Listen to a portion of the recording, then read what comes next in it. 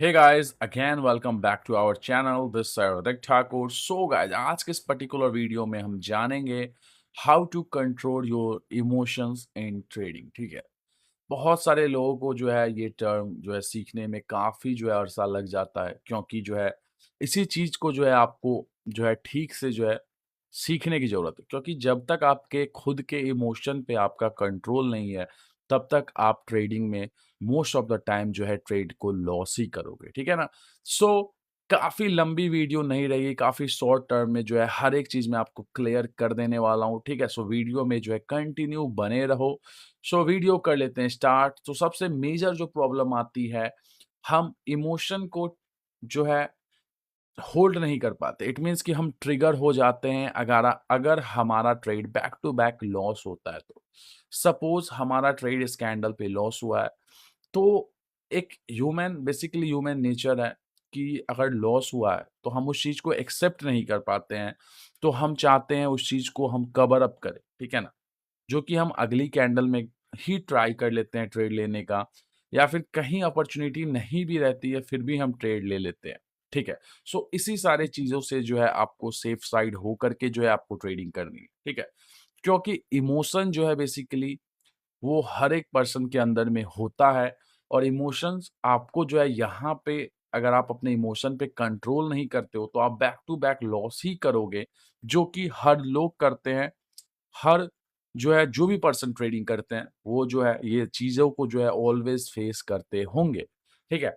सो emotion को जो है पहली बात हमें कंट्रोल करने का जो है ज़रूरत है, क्योंकि हमारा इसके कारण जो है काफ़ी ज़्यादा नुकसान होता है, ठीक है? सो एक शॉर्ट टर्म में बात कही जाए तो एक सिंपल सा बात ये है कि हमें रिवेंज ट्रेडिंग कभी भी अप्लाई नहीं करनी है। रिवेंज ट्रेडिंग क्या होती है?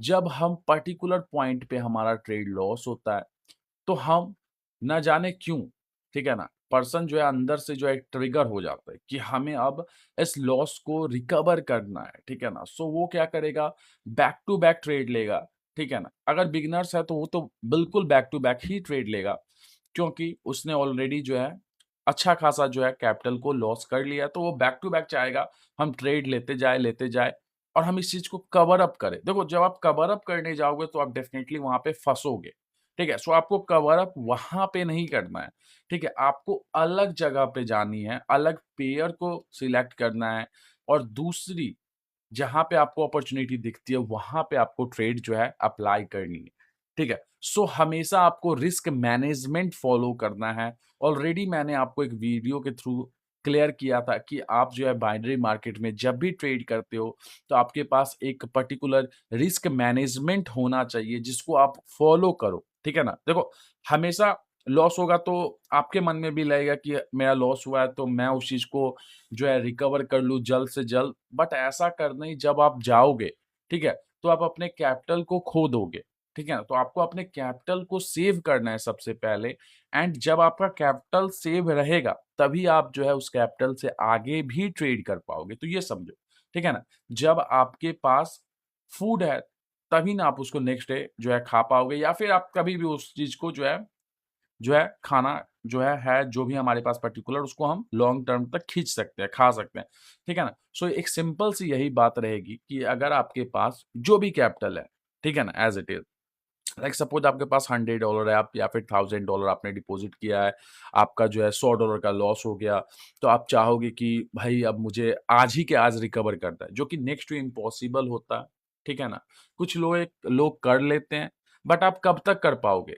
अगर आपके पास रिस्क मैनेजमेंट नहीं है, आपको पता नहीं है कि हमें स्टॉप कहाँ पे करना है, ठीक है ना? रुकना कहाँ पे है बेसिकली, हमें कितना प्रॉफ़िट लेकर के मार्केट से आउट हो जाना है, या फिर हमारा कितना लॉस होगा तो हम मार्केट से आउट हो जाएँगे। ये सारी चीज़ें जब आप अपने ट्रेडिंग जर्नी के अंदर में ऐड ऑन करोगे, तो आप खुद में जो है इन चीज़ों को इम्प्रूव कर पाओगे, ठीक है?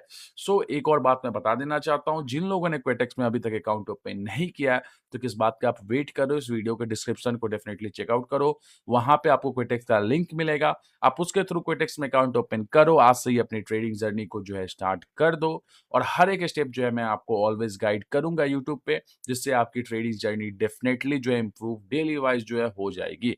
और जो भी मेरे लिंक के थ्रू गो ऑन होगा, वो जो है जिनको कभी भी जो है दिक्कत होगी डिपॉजिट या विथड्रॉल रिलेटेड प्रॉब्लम, जब भी आपको फेस करना पड़ेगा तो आप डायरेक्ट मुझे मेरे टेलीग्राम पे कांटेक्ट कर सकते हो, ठीक है? सो इमोशन जो है ट्रिगर ना होने देना, ठीक है ना? हम जो है जब खुद को रोकते हैं, ठीक है ना?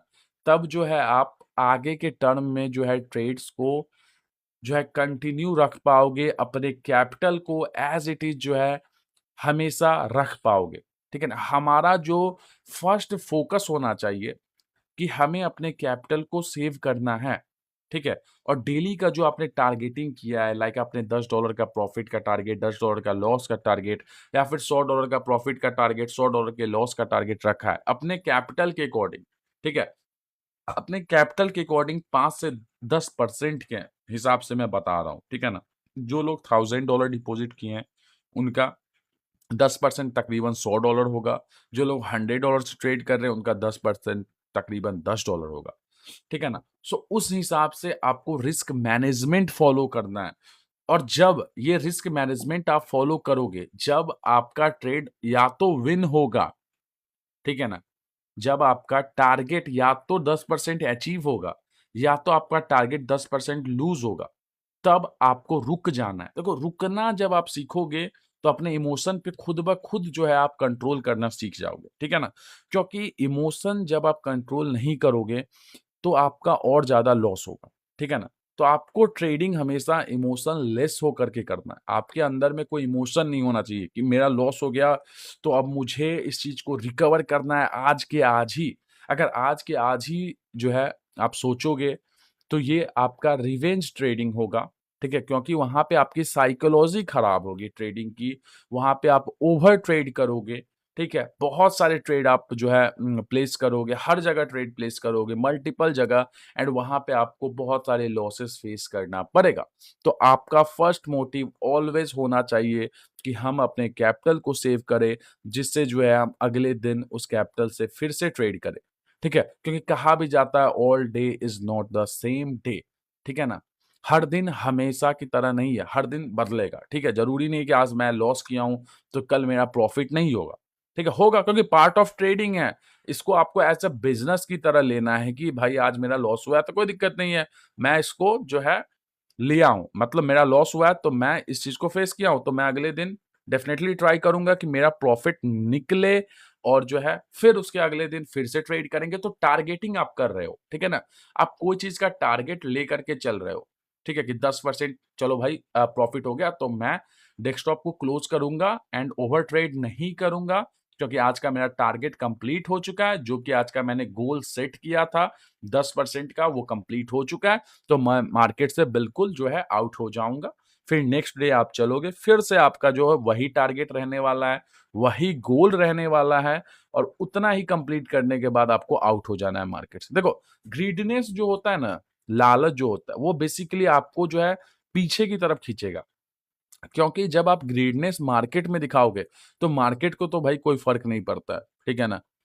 मार्केट तो भाई अपने हिसाब से चलेगा। लेकिन आपका माइंडसेट वहाँ पे खराब हो चुका है कि भाई आज मेरा लॉस हो गया तो मैं आज के आज ही उस चीज़ को कवर अप करूँगा और कवर अप के चक्कर में आप और ज़्यादा उस चीज़ को मेसी कर दोगे। इट मीन्स आप और ज़्यादा उस चीज़ को लॉस कर दोगे।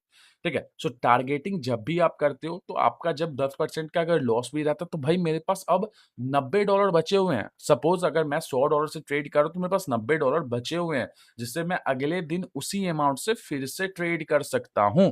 ठीक है? हो सकता है कि आप उसके बाद 1 से 2 दिन और पीछे चले जाओगे मतलब जो टारगेटिंग के हिसाब से 1 से 2 दिन आप कैपिटल के नीचे चले जाओगे।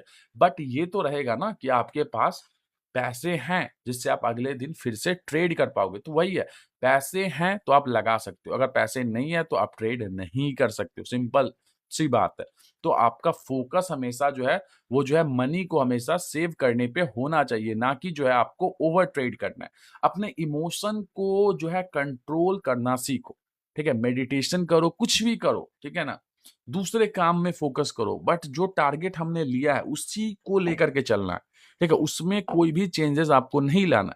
अगर आप चेंजेज़ लाओगे तो वो आपकी गलती होगी क्योंकि मैं ऑलरेडी आपको गाइड कर रहा हूँ इस चीज़ से, ठीक है? ऑलरेडी आपको जो है इस चीज़ से जो है मैं सतर्क कर रहा हूँ बेसिकली, ठीक है ना? इन्फॉर्म कर रहा हूँ, जिससे आप ये चीज़ें अपने माइंड के अंदर में एक कहते हैं ना डाल के रख लो, जिससे हमेशा टारगेटिंग करो, प्रॉफ़िट का, लॉस का, जो भी हो, मुझे एज़ इट इज़ लेकर के मार्केट से आउट हो जाना। अगर लॉस हुआ, तो ठीक है 10% का लॉस हुआ, मैं डेस्कटॉप को क्लोज़ करूँगा, नेक्स्ट डे मैं फिर से जो है उसी अमाउंट से जो है, जो हमारा कैपिटल बचेगा, सपोज़ $90 हमारा कैपिटल लेफ्ट है, तो नेक्स्ट डे हमारा फिर से वही टारगेट 10% प्रॉफ़िट, 10% लॉस का होगा।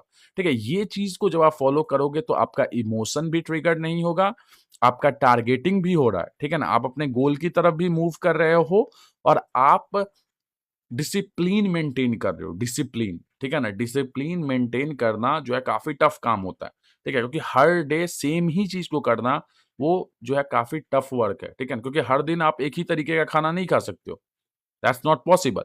बट ये चीज़ आपको ट्रेडिंग में करना ही पड़ेगा, चाहो या ना चाहो, ठीक है?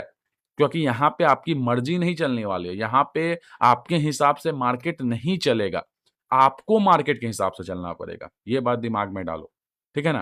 कि जो हमारा टारगेट फिक्स हो चुका है, उस चीज़ को हम लेंगे एंड मार्केट से आउट होंगे, सो वहाँ पे हमारा इमोशन भी ट्रिगर नहीं होगा, हमने ओवर ट्रेड भी नहीं किया है, हमने अपने गोल को भी अचीव किया है, जो कि हमारा गोल था प्रॉफिट का या फिर लॉस का, हमने अचीव किया एंड एज़ इट इज़ जो है मार्केट से हमने आउट हो गए हैं।